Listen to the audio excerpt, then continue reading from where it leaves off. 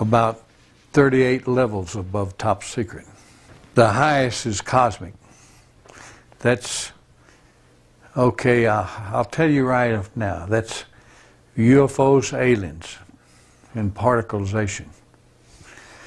Now, like you heard a while ago, there's only probably about 25 people in the world that know things that are known at that level. No president has had that level, has ever been cleared for that level. Eisenhower was the closest. Eisenhower wanted somebody to be in charge. He tried the CIA director, and it didn't work. CIA was working primarily for itself. Most of the intelligence directors of the services were working for themselves. What happened was Eisenhower got sold out. I think that he realized that all of a sudden this matter is going into the control of corporations. He realized that he was losing control. He realized that the phenomenon of whatever it was that we were faced with was not going to be in the best hands, and those were as far as I can remember, that was the expression that was used. It's not going to be in the best hands. In the councils of government, we must guard against the acquisition of unwarranted influence, whether sought or unsought, by the military-industrial complex. The potential for the disastrous rise of misplaced power exists and will persist. We must never let the weight of this combination endanger our liberties or democratic processes.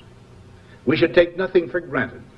Only an alert and knowledgeable citizenry can compel the proper meshing of the huge industrial and military machinery of defense with our peaceful methods and goals. And so it was organized under the name the NRO. You couldn't mention NRO. NRO, National Reconnaissance Office, basically run by the Air Force.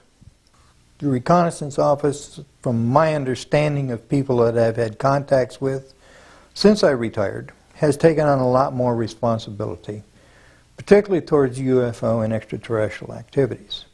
You could say that they picked up where Blue Book dropped off.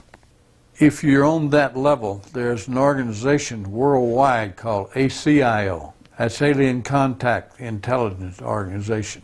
If you pay your dues and you follow the rules, you can benefit, your government is allowed to benefit from that organization's information. Henry Kissinger headed some sort of a study group back in the 50s to study the ramifications of this information if it had leaked through a credible source.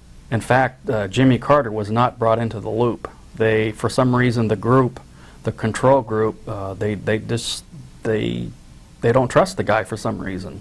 They don't trust Jimmy Carter. They were afraid that he would come out and make statements, blanketed statements to the news media. I was contacted by Ms. Marcia Smith, who was the director of the Science and Technology Division of the Congressional Research Service.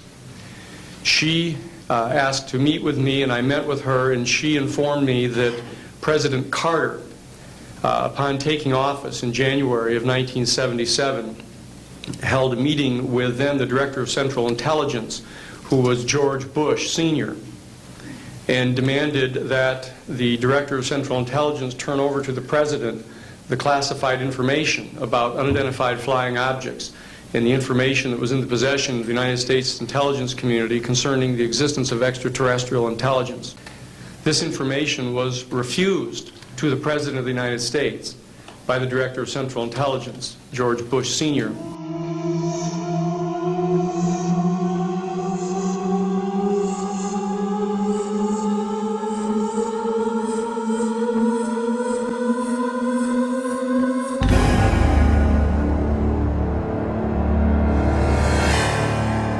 Told us we could not talk about this to anyone, including any of the other crews, our our spouses, our family, even amongst each other. So we could not discuss this at all.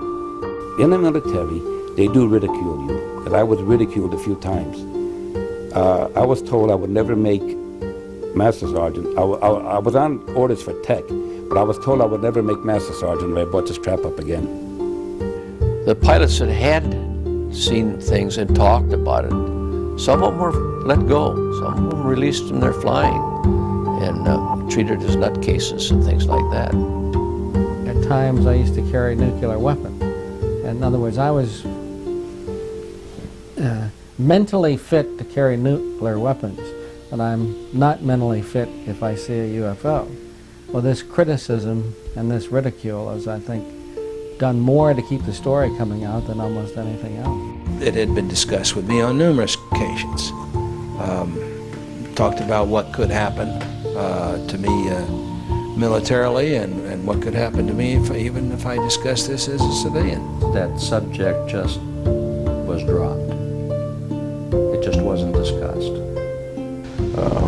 Anything to discredit you, and you'd never get a promotion, and I'd spend the next 3.5 years up at the North Pole living in a tent checking the weather balloons. I've made no money from this. I've got nothing but pain and suffering out of it, out of talking about it. I've been harassed at my home. This was used against me partially in losing a job once in teaching. I've had a hell of a time after I've told this story, but I continue to tell the story because I think it's important for people to understand that this sort of shit goes on in the government. He was sorry he wrote the book. He was sorry he exposed the family to the ridicule, to the lawsuits. It's been very tough on our entire family. He did not want to die, leaving us with these problems. Just hope that the future people such as yourself and me will know what to do with this type of knowledge that this man brought forward. I do say that he is the first man to come forward in a high capacity.